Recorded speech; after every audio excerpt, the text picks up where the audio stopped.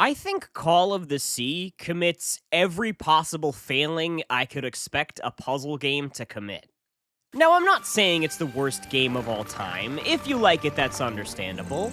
But the more I played, the more I just could not stop comparing it to The Witness in my head, which is not a good thing.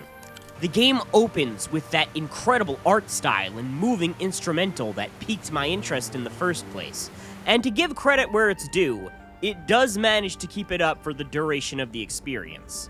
But the walking speed is so slow. I have no idea why so many first-person puzzle games do this. They make you crawl along at a sleep-inducingly slow speed, and then add a sprint button with left shift that still doesn't move you fast enough. Why even add a sprint button? In what situation would I ever not want to be sprinting? Alright, looks like I gotta get to that switch on top of that tower. Let's do it. Let's get up there. Just gotta climb up this ladder, and we'll be good to go. There we go. Alright, there's a second ladder. We will climb this one too. Nothing will impede me from this switch, no matter how many ladders I have to climb. There we go. Now we're firing on all cylinders. Flip that switch. I said flip that switch. I don't think I can interact with this yet. Nah, I think I gotta turn this on first. All right, let's go back down then. Back down the ladder. Going down. Going back down this ladder. Take your time. Be careful, man. Don't rush it. Don't want to go too fast here. There we go. And keep going down the other ladder. Why are there two ladders here? I was okay with this at first because I heard the word Lovecraftian come up a few times in other reviews, and I expected giant cosmic monsters chasing me.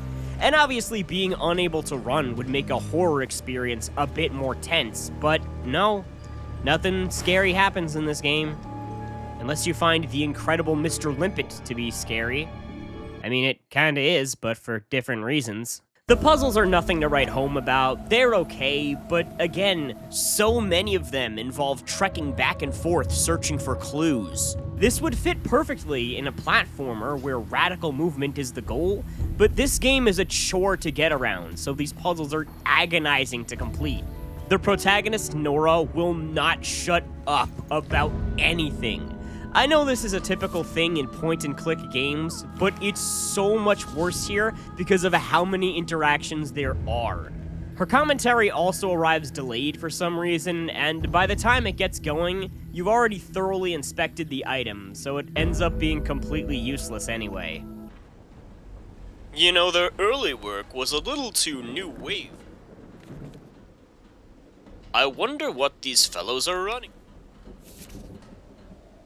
Ward and Blake, huh?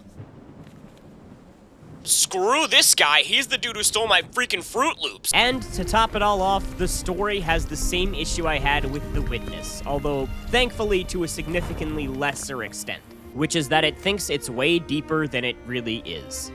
All cards on the table, I don't consider myself to be a particularly profound thinker, so maybe I'm just too much of a big, bumbling, baboon-brained buffoon to understand it, but I can't get where so many folks are getting this sense of admiration. God bless them, but it seems way too jarring and disjointed for me to appreciate. Nora is dying of the Osborn curse from The Amazing Spider-Man 2, and her husband vanished a year ago in search of a cure, and now she's following his footsteps to this island to see what became of him. As you pick through the clues left by Harry and his expedition, you gradually piece together how the crew was mysteriously killed off one by one, revealed through photos and letters that the group left behind. Now that is a great method of storytelling, but it's kind of squandered by the fact that we don't really get an introduction to any of the crewmates before they just start getting offed, so their deaths don't really hit as hard since they're just vague names to us. And that's all well and good.